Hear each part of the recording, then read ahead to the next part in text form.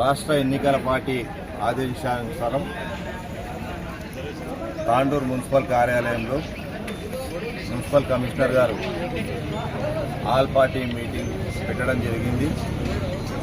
దానిలో భాగంగా BRS party తరఫున మాకు కూడా ఆహ్వానం అందడంతో మా నాయకులు గౌరవనీయులు మాజీ ఎమ్మెల్యే పైలట్ రోహిత్ రెడ్డి గారి ఆదేశానుసారం ఈరోజు మా పార్టీ తరఫున మేమందరం కూడా హాజరు కావడం జరిగింది.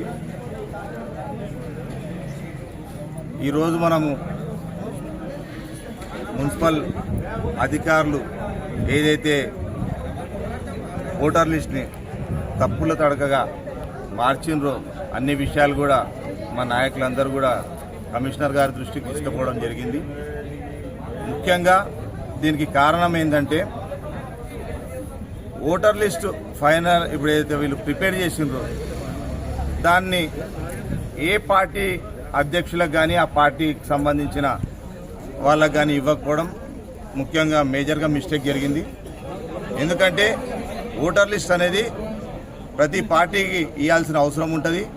మరి కమిషనర్ గారు తెలుసా తెలియదా మరి ఆ ఓటర్ లిస్ట్ని ఓన్లీ మన మున్సిపాలిటీలనే ఫిక్స్ చేసి దాన్ని అంటించి మీరు చూసుకోపోండి అని చెప్పేసి ఏదైతే నిర్లక్ష్యంగా తన అధికారాన్ని దుర్వినియోగపరిచినో దీనిని తీవ్రంగా మేము బీఆర్ఎస్ పార్టీ తరఫున మేము ఖండిస్తూ ఉన్నాము. ఇప్పటికైనా కూడా కమిషనర్ గారు ఈ ఏవైతే అవకతవకలు జరిగినాయో ఓటర్ లిస్టులో ప్రతి వార్డులో 300 నుండి 1000 ఓట్ల వరకు ఎక్కువ వేయడం జరిగింది. 2020లో జరిగినటువంటి మున్సిపల్ ఎన్నికలు చాలా సక్రమంగా జరిగింది.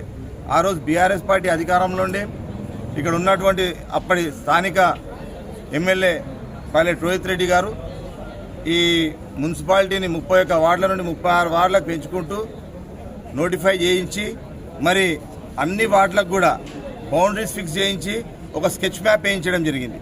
మరి ఆ స్కెచ్ మ్యాప్ ప్రకారము door to door house number ప్రకారము ఓటర్ లిస్ట్ని కరెక్ట్గా మ్యాపింగ్ చేసింటే ఈరోజు ఈ పరిస్థితి రాకపోతుండే.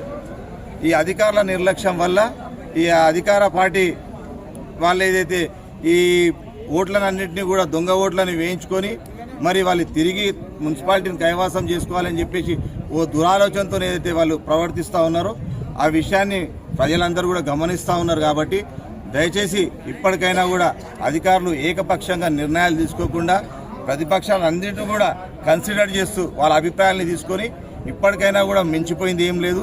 ఈ 2-3 రోజుల్లో ఇంకా టైం ఉన్నది మనకు.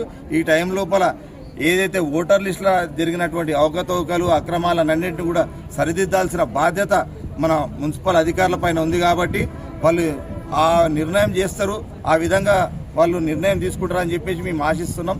లేని పక్షంలో మేము కూడా ఏ విధంగా ముందుకోవాలి, ఏ చట్టపరంగా ఏం నిర్ణయాలు తీసుకోవాలనే విషయాన్ని మేము కూడా సమగ్రంగా మా నాయకులతో ఆలోచించి మేము తగిన నిర్ణయం తీసుకుంటామని చెప్పేసి తెలియజేస్తూ ఇప్పటికైనా కూడా గౌరవ కమిషనర్ గారిని కోరేది ఒకటే, మేము దయచేసి 2020లో జరిగినటువంటి సాధారణ మున్సిపల్ ఎలక్షన్లో ఏ విధంగా అయితే వార్డ్ వైజ్గా స్కెచ్ చేసి మంచిగా వార్డ్ వైజ్గా మనకు డివిజన్ జరిగినటువంటి హౌస్ నంబర్స్తో అదే బౌండరీస్తో ఈసారి కూడా సేమ్ అదే విధంగా చేస్తే మీకు ఇప్పుడు ఉన్నటువంటి పెరిగినటువంటి ఓట్లు కూడా తగ్గే అవకాశం ఉంది. కాబట్టి దయచేసి మీరు అదే విధంగా చేయాలని చెప్పేసి ఇప్పుడు కూడా మేము రిక్వెస్ట్ చేస్తూ ఉన్నాము. ఆ విధంగా చేస్తారని ఆశిస్తూ ఉన్నాం. ఓటర్ లిస్ట్ రిలీజ్ చేసినటువంటి ఓటర్ లిస్ట్ మొత్తం తప్పుల తాడుగా ఉన్నది. ఇదంతా కూడా అధికార పార్టీ వాళ్ళు చేసినటువంటి కుట్రలో భాగంగానే ఇదంతా జరిగింది.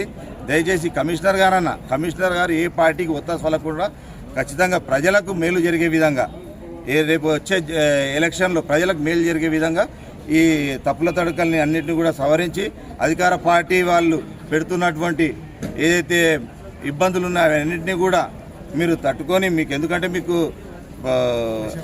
అధికారం ఇచ్చే అధికారులు మీరు ఏవైతున్నారో మీరు ప్రజల పక్షాన నిలవాల్సిన అవసరం ఉంటుంది. కాబట్టి దయచేసి మీరు అందరూ కూడా ప్రజల పక్షాన ఉండి కరెక్ట్గా నిర్ణయం తీసుకోవాలని చెప్పేసి మేము కోరుతా ఉన్నాం.